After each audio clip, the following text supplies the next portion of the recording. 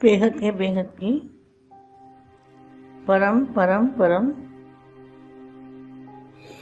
महाशांति है, महाशांति है, महाशांति है।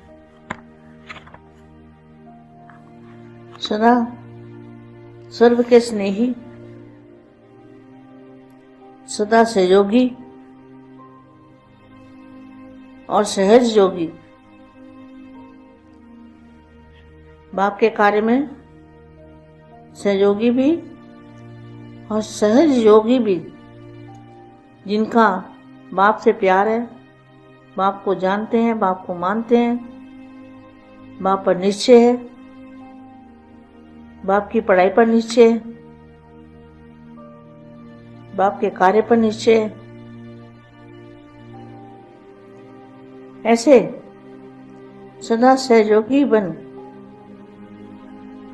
सहयोगी दूसरों को भी बनाने वाले, सदा बधाई प्राप्त करने वाले, सदा हर सेकंड हर संकल्प को श्रेष्ठ से श्रेष्ठ गायन योग्य बनाने वाले,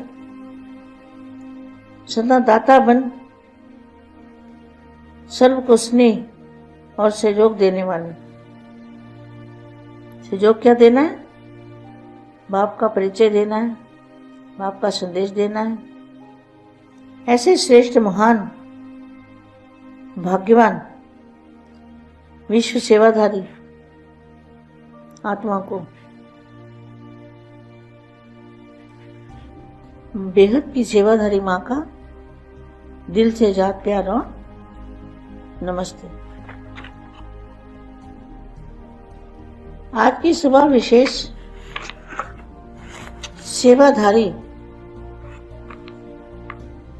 सेवाधारियों की सभा है, अर्थात पुण्य आत्मा बनाने वालों की सभा है। या खुद पुण्य आत्मा बन के औरों को भी पुण्य आत्मा बनाने वाले। तो पुण्य कौन सा करना है? सबको मृत्यु के पंजे से छुड़ाना है, बाप का परिचय देना है, अमर लोक में जाने की निमंत्रण देना है, वायुमंडल को परिवर्तन करना है। ऐसी पुण्य आत्मा कौन सी सेवाधारी? आज की सभा विशेष सेवाधारी अर्थात पुण्य आत्मा बनाने वालों की सभा है।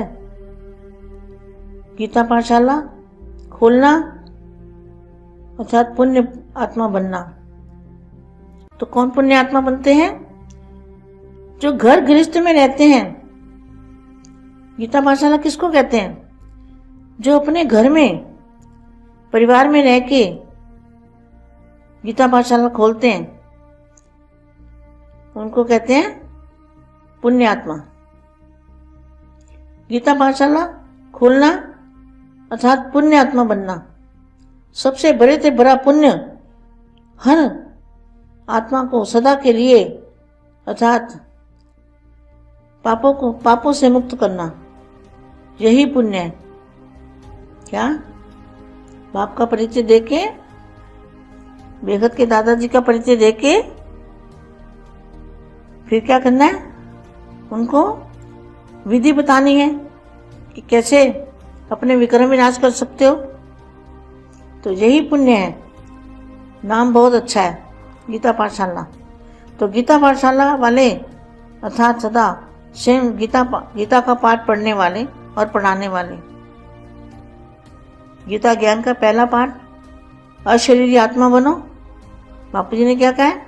अपने को आत्मा समझ, अपने को आत्म स्वरूप में स्थित करके और बेहद की कला में बेहद के दादाजी से कनेक्शन जोड़ के पावर लेना है।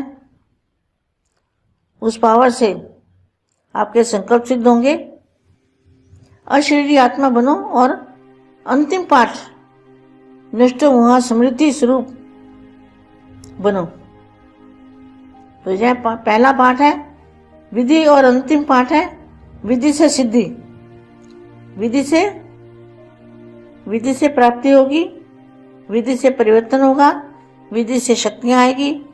जो विधि बताई है बेहद की कला के परम धाम में आत्मा स्वरूप में स्थित होकर परमात्मा से कनेक्शन जोड़ेंगे तो पावर आएगा। ये है विधि, तो इससे सिद्धि प्राप्त होगी। तो गीता पाठशाला वाले हर समय ये पाठ पढ़ते हैं कि सिर्फ मूल्य सुनाते हैं, क्योंकि सच्ची गीता पाठशाला की विधि यह है, पहले स्वयं पढ़ना अर्थात बनना और फिर औरों को निमित्त बन पढ़ाना। तो सभी गीता पाठशाला वाले इस विधि से सेवा करते हो, क्योंकि आप सभी इस विश्व के आगे परमात्म पढ़ाई का सैंपल हो। क्या गीता पाठशाला किसको कहेंगे और सेंटर किसको कहेंगे, इसमें अंतर आपको समझ में आ गया होगा। सेंटरों पे बच्चे रहते हैं, लोग रहते हैं, और घर में जो घर गृहस्थ में रहते हैं, अपने परिवार में रहते हैं, और फिर घर में ज्ञान देते हैं, बाप का परिचय देते हैं और परमात्म पढ़ाई पढ़ाते हैं, उसको कहते हैं गीता पाठशाला।